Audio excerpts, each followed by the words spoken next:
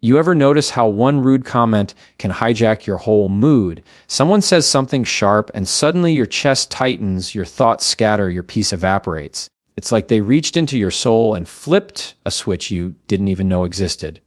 But what if I told you no one has that kind of power unless you hand it to them? What if the real strength isn't in clapping back, but in staying grounded, so deeply anchored in who you are that no insult can move you? Let's talk about that kind of power. When someone throws shade, it's rarely about you. It's their pain looking for a landing spot.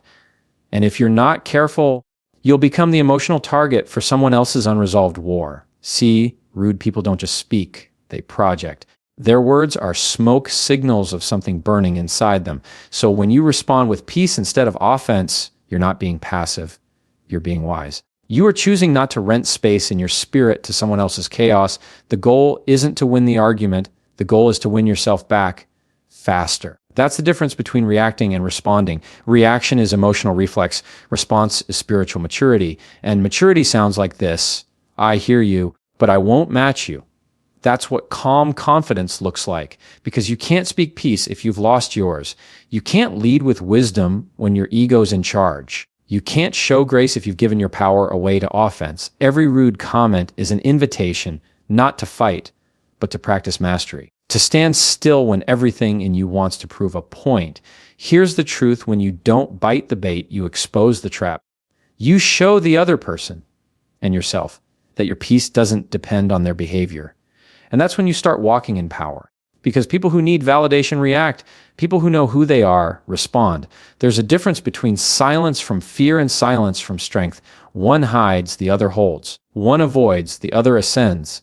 So the next time someone throws words meant to cut you down, remember this: you don't have to swing back to stand tall.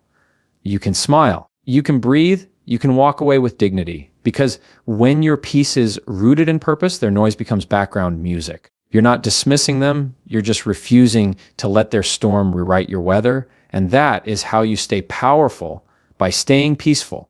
Emotional control is spiritual control, because every emotion you feel carries energy, and that energy has direction. It either moves you toward peace or pulls you into chaos. When someone disrespects you, they're not just testing your patience, they're testing your alignment. The moment you let anger take the wheel, you hand over your authority to what was meant to test it. But when you pause, breathe, and respond from a place of composure, you take the power back, not over them, but over yourself. That's where true dominion begins. See, emotions are messengers, not masters. They show up to tell you something, not to take control. Anger says, that hurt. Pride says, I feel unseen. Fear whispers, I don't want to lose control. But wisdom listens without surrendering. It observes without absorbing. That's what spiritual control looks like: hearing the noise, but staying tuned to peace. You realize that just because a storm is loud doesn't mean you have to step into it. When you govern your emotions, you stop letting people pull you into their spiritual temperature. You become a thermostat, not a thermometer. You set the tone instead of reacting to it. Rude comments, criticism, or disrespect lose their sting because you no longer meet them at surface level. You respond from depth, from a place so rooted in inner clarity that offense can't find a foothold. That's not repression, that's elevation. It's not about pretending you're unaffected. It's about knowing what deserves your reaction and what doesn't. Spiritual control means you understand that peace is a choice, not a feeling. You choose it even when your emotions scream otherwise. You choose it because you've learned that every reaction costs energy, and you're no longer willing to spend divine energy on temporary noise. That's not detachment from people, it's detachment from unnecessary suffering. You don't suppress emotions, you steward them. You feel anger, but you don't become it. You feel hurt, but you don't live from it. The higher you rise in wisdom, the quieter your responses become. You stop matching energy and start mastering it.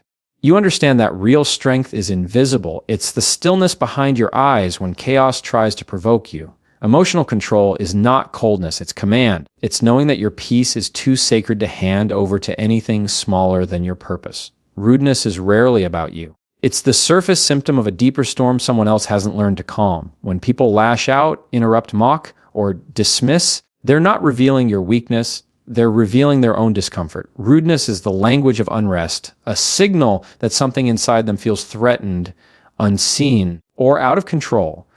And when you understand that, you stop taking it personally. You begin to see that their words are not aimed at your worth, they're echoing their wounds. Most people don't wake up wanting to be cruel. They react from pain they haven't processed. That's why projection is so common. The angry person wants company in their anger. The insecure person will try to make others feel small. The bitter person wants to share the taste of what they're carrying. But when you've done your inner work, you no longer absorb their pain, you reflect it back with grace. You don't meet venom with venom, you meet it with vision. A vision of peace that refuses to be contaminated. It takes maturity to see beyond behavior. When someone's rude, your ego says, defend yourself. But your spirit says, discern. Because if you respond to their wound with your own, both of you bleed. The higher path is awareness, understanding that their reaction is more about their inner world than your actions. That doesn't mean you excuse it or allow disrespect. It means you refuse to mirror it. You hold your boundaries without losing your balance. You can acknowledge the disrespect, address it if needed, but stay rooted in calm. That composure isn't weakness, it's wisdom. It's saying, I see what's happening, but I won't step into it. You're not here to match dysfunction. You're here to model peace. You don't need to correct their spirit. Just protect yours. Because responding with grace doesn't make you naive. It makes you powerful enough to choose clarity over chaos. When someone's rude to you, it's a test of sight, not strength.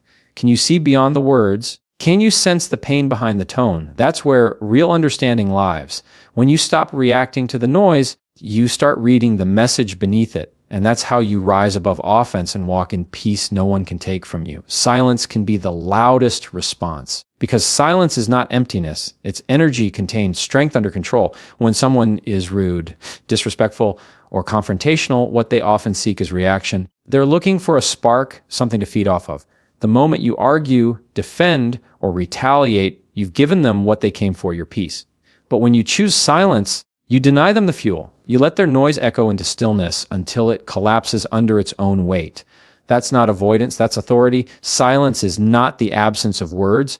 It's the presence of wisdom. It says, I see what you're trying to do, but I value my peace more than your approval. It's the quiet confidence that doesn't need to prove a point to be understood. It's restraint that speaks louder than rebuttal. Because when you stay silent, you're not just withholding words, you're holding space for dignity. You're refusing to let temporary disrespect rewrite your permanent character. Silence disarms people who expect resistance, confuses those who thrive on drama. They expect heat, but you offer stillness. And in that stillness, your strength becomes undeniable. You shift from playing defense to maintaining dominion. That's the power of silence. It makes you unplayable in a game others are desperate to win. You stop reacting to energy and start regulating it. But silence isn't suppression. It's not about bottling emotions or pretending you're unbothered. It's about mastering timing, knowing when words would heal and when words would harm.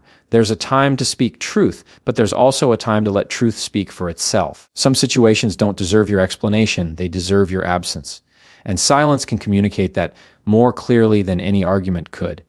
When you respond with silence, you invite reflection. You create a mirror where the other person must face themselves. They hear their own tone, feel their own imbalance. You've said nothing, yet you've taught everything. That's why silence is sacred. It's the mark of emotional intelligence and spiritual maturity. It's the sound of someone who knows that peace isn't passive. It's power in still form. When you master silence, you master self. And once you've mastered self, no one's noise can move you again. You are not obligated to attend every argument you're invited to. Some battles exist only to drain your peace, not develop your purpose. The truth is, not every confrontation deserves your energy. Some people aren't seeking understanding. They're seeking validation for their chaos. They don't want clarity. They want control. And when you engage, even with good intentions, you can find yourself wrestling with shadows that were never meant to be yours to fight. Wisdom knows when to speak and when to walk away. It takes maturity to realize that silence doesn't mean surrender. It means discernment. You've learned that not every opinion needs to be corrected, not every insult needs a reply, and not every misunderstanding deserves your explanation. Sometimes the most powerful thing you can do is simply not show up. Because when you stop showing up to arguments that don't serve your growth, You start preserving your strength for the ones that do. People who love drama thrive on reaction. They feed on emotional energy. Yours specifically, the moment you react, they win twice. They pull you down to their level and distract you from your peace. But when you stay grounded, when you respond with calm or even walk away, you reclaim the narrative. You remind yourself that your peace is not a prize someone else gets to claim through provocation. Walking away doesn't mean you're weak. It means you're wise enough to value peace over pride. Sometimes you can say more by leaving the conversation than you ever could by continuing it. You don't have to attend every conflict because not every conflict is meant to grow you. Some are meant to expose you, to see if you'll give away your calm for the sake of being right. The moment you realize that peace is more powerful than being right, you step into mastery. You understand that your presence in a battle dignifies it, so you choose wisely where to stand. Because when you walk away from the wrong fight, you're not losing ground, you're preserving your throne. Your peace is sacred. Your time is sacred. And sometimes protecting both means declining the invitation to chaos with a quiet, confident, no thank you. Detachment is not weakness, it's power under control. It's the quiet strength of knowing you can engage without absorbing, love without losing yourself, and listen without being led by emotion. Detachment isn't coldness, it's clarity. It means you can stand in the middle of tension and still remain centered. You're aware of the chaos, you feel the sting of disrespect, but you don't let it dictate your next move. You've learned that being emotionally reactive gives away your authority, so you choose calm over conflict, peace over proving a point. True detachment is the ability to be present without being pulled. It's what allows you to see situations as they are, not through the fog of how you feel about them. It's that moment when you stop asking, why are they doing this to me? And start realizing, this has nothing to do with me. That shift right there. That's power. Because the less you take things personally, the freer you become. You begin to move from reaction to response, from impulse to intention. People often mistake detachment for apathy, but they couldn't be more wrong. Apathy is indifference. Detachment is discipline. It's not that you don't care. It's that you care more about your peace than your pride. You still see, you still feel, but you don't fall. You understand that holding your ground in peace is stronger than fighting to be understood. That's what emotional mastery looks like. You stop chasing closure from others because you've already found it within. Detachment doesn't make you distant. It makes you deliberate. You can walk away from negativity without guilt, set boundaries without apology, and remain kind without becoming a doormat. It's realizing that love doesn't always mean engagement. Sometimes it means space. It's trusting that not every situation needs your hands. Some only need your stillness. When you live detached, you stop being moved by moods and start being guided by wisdom.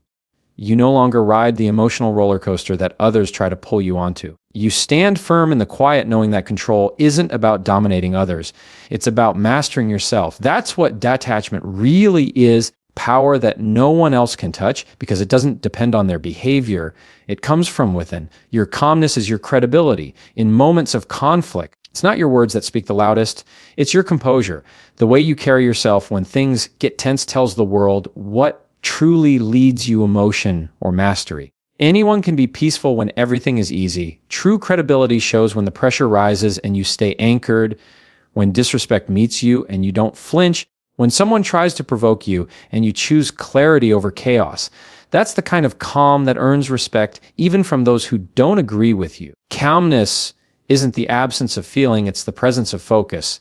It means you've learned how to breathe through the storm instead of being swept into it. It means your spirit is trained to pause before responding, to listen before reacting. That pause, that sacred moment between stimulus and response is where strength lies. Because when you can think clearly under pressure, you lead. When you can respond with grace instead of ego, you rise. People trust calm energy. They lean toward it because it feels safe.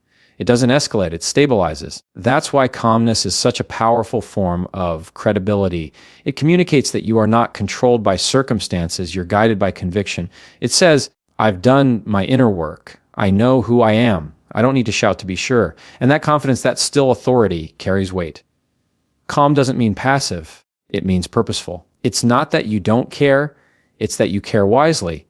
You know that yelling doesn't solve what listening can. You know that reacting in anger may win the moment but lose the message. You choose your peace not because it's easy, but because it's effective.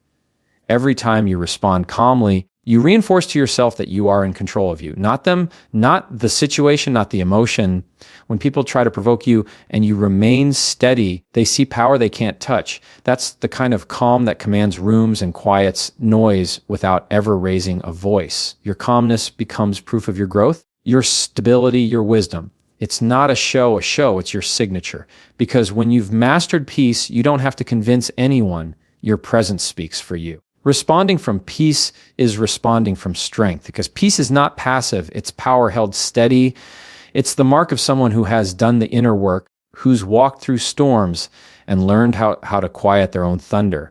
When you respond from peace, you're not avoiding the conflict. You're mastering yourself in the middle of it. You're saying, I won't let what's outside of me disturb what's been built inside of me. That kind of composure doesn't come from pretending everything's fine. It comes from knowing you'll be fine no matter what happens. Peaceful responses carry authority because they're not driven by ego. Anger reacts to be heard. Peace responds to be understood. And when you speak from peace, people listen differently. Your tone carries a weight that chaos never could. It's not about controlling others. It's about showing that you refuse to be controlled by them. Responding from peace shows you've learned how to separate who you are from what's happening around you. You understand that your emotions are tools, not masters. It takes real power to stay calm when everything in you wants to defend, correct, or retaliate. But strength isn't in how loud you can be. It's in how centered you can stay. Responding from peace doesn't mean you let things slide. It means you choose to address them from clarity, not chaos. You still set boundaries, you still speak truth, but you do it from a place that's rooted, not reactive. And when your words come from that grounded energy, they hit deeper, they last longer, they heal more. People who live from peace don't need to prove their strength. Their presence proves it. They can walk into heated situations and calm them without saying much. Their energy speaks of control, not submission. That's what makes peace so powerful. It shifts atmospheres. It turns conflict into conversation, aggression into awareness. When you respond from peace, you remind yourself and others that your power doesn't depend on the noise around you. You can stand in the fire and still not burn. You can face tension and still not lose tenderness. That's what true strength looks like. Not how hard you can hit, but how still you can stand. Because peace isn't weakness. It's the highest form of control. People project pain, don't take their projection personally. Every person carries unhealed stories inside them, and when they don't know how to process those stories, they spill them onto others.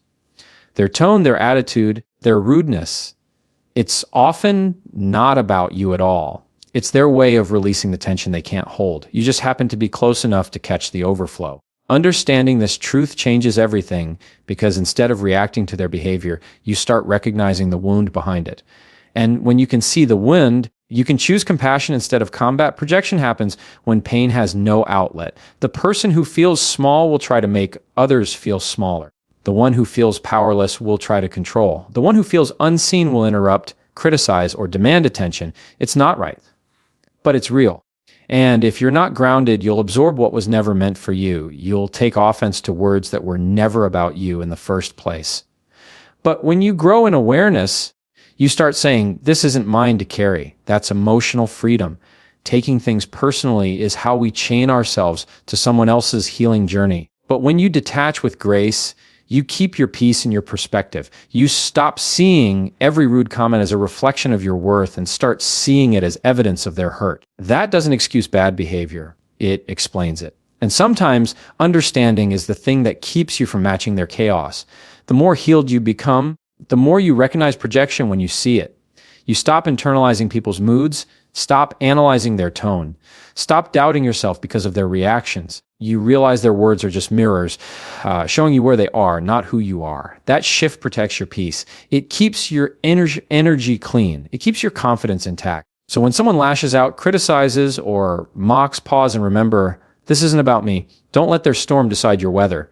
You can stay kind, stay calm, and walk away with your spirit untouched. That's the beauty of awareness. It turns hurt into understanding and misunderstanding into mastery. You're no longer triggered, you're trained. You're no longer reactive, you're free. You don't have to prove your worth to the unhealed, because no matter what you say, how kind you are, or how much effort you put in, Someone who hasn't faced their own pain will always see you through the lens of their wounds. They can't recognize your light when their vision is clouded by insecurity, and if you spend your life trying to convince broken people that you're enough, you'll end up dimming your light just to fit inside their shadow. Your worth isn't something that needs defending, it's something that simply is. The unhealed often mistake confidence for arrogance, boundaries for distance, peace for pride. They misread your calm because they haven't found their own. You could explain yourself 100 times and still not be understood because understanding requires emotional health, and some people aren't there yet. That's why trying to prove yourself is exhausting. You're speaking the language of truth to ears that only understand pain. You're trying to earn acceptance from people who haven't accepted themselves. The moment you realize your worth is not up for negotiation, you free yourself. You stop performing for approval and start resting in authenticity. You understand that your peace, your kindness, and your integrity don't need an audience. They're not bargaining chips, they're your essence. When you know who you are, you no longer feel the need to convince anyone. You just are, and your presence speaks louder than any defense could. Sometimes the most loving thing you can do is stop trying to prove yourself to those who refuse to see you. Let your consistency speak. Let your peace preach. Let your life become evidence of what they couldn't perceive. The unhealed may doubt your intentions, twist your words, or minimize your heart, but that doesn't change your value. Their perception isn't your responsibility, your alignment is. Your worth existed before anyone noticed it, and it will remain long after they misunderstand it. The healed version of you doesn't chase validation, you carry it. You walk into rooms knowing you belong there, not because others approve, but because you've accepted yourself fully. That's true freedom, when your peace no longer depends on who believes in you, but on the truth you believe about yourself. Mastery isn't in what you say. It's in what you refuse to let move you. Because real strength is not measured by how quickly you react, but by how deeply you remain unmoved. Anyone can speak when provoked. Anyone can fight when offended. But mastery, true mastery, is the art of staying grounded when everything around you tries to pull you off center. It's that calm in your spirit that whispers, I've been here before and I know who I am. Even when chaos demands a reaction, what you refuse to let move you defines your maturity. When someone's words can shake your peace, they hold a piece of your power. But when you no longer flinch at criticism, gossip, or disrespect, you reclaim control over your emotions. You realize you don't have to correct every misconception or respond to every tone. You stop wasting sacred energy trying to prove points that peace has already settled. That's when you begin to live from authority instead of approval. Mastery means being unbothered, not because you're numb, but because you're rooted. It's knowing your value so completely that other people's noise becomes background static. You see their behavior, you hear their words, but you stay focused on your purpose. That's not arrogance, it's awareness. You understand that the higher you rise, the more distractions will come. But instead of reacting, you observe. Instead of defending, you discern. And that discernment is power in motion. Every time you resist the urge to explain yourself to misunderstanding, you train your spirit in self-command. Every time you choose silence over proving, grace over reaction, you build inner muscle. Mastery is spiritual stillness, not the absence of emotion, but the alignment of it. It's standing in peace while the storm performs around you. You don't match energy, you maintain it. You don't chase control, you embody it. When you reach that level of calm, you become untouchable. Not because life stops testing you, but because you've learned that peace is not protection from chaos, it's authority over it. You've mastered yourself, and that's the highest form of victory. Because at the end of the day, what moves you controls you, and what you refuse to let move you, you've already mastered. Peace is not weakness. It's the highest demonstration of strength. The real test of power isn't in how loud you can shout, but in how still you can stand. Every rude comment, every moment of disrespect, every temptation to react is really an invitation to rise above, to choose presence over provocation, to respond from wisdom instead of wounds. The world doesn't need more people who can argue well. It needs more people who can stand calm in the face of chaos and still radiate grace. You don't prove your power by dominating others. You prove it by mastering yourself.